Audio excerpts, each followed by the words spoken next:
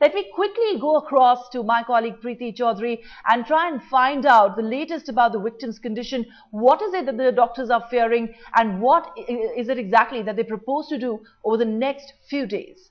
You know, if you look at it, the entire country is praying for this girl right now, Ruchika, but this girl is a fighter. She's even astounded the medical help who is attending to her with her fighting spirit, with her will to live.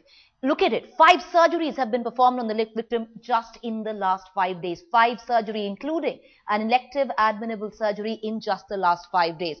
Most of them just hours apart. Let's get you a detailed analysis now as about her ordeal over the last 5 days. Now, the victim was first admitted to Safdarjung Hospital on Sunday night with severe injuries to her head, face, genitalia area, brutally beaten up even with her abdomen. After being brutally attacked with an iron rod by the rapist, the victim's intestines and abdomen were also dislocated. Now, she underwent 4 hours of surgeries and 4 surgeries about a few hours apart, following which she was then put on a mechanical ventilator. This is what we know. She is fighting right now. She is trying to breathe on her own. She is fighting this mechanical ventilator. Amongst the surgeries performed was an elective abdominal surgery, which is known as gastronomy, and the other is a duodenostomy. The doctors inserted in this fashion feeding tube through a cut on the skin that runs up to the stomach wall. Now, this surgery is done on people who cannot eat or drink through their mouth.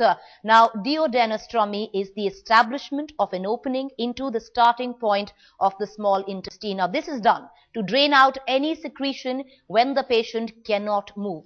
The victim was then put under a mechanical ventilator, wherein a tube is inserted into the trachea so as to provide a direct and clear route for air passage. Now, this tube is inserted through an artificial opening in the neck. She then undergoes a 5th surgery where the doctor removed 15 inches of her gangrenous small intestines. Now, this was what the doctors were fearing, that they might have to remove, as a part of the intestines were already removed earlier. Now, in the surgery, the girl's abdomen was cleaned and closed. The victim has lost most of her intestines and continues to now be fed drugs through and food, in fact, through intravenous means. Now, this is what it looks like. She is in the ICU. She is still fighting. 80% of her intestines have been removed, and the doctors right now say the next 10 days will in fact be crucial. Back to studio.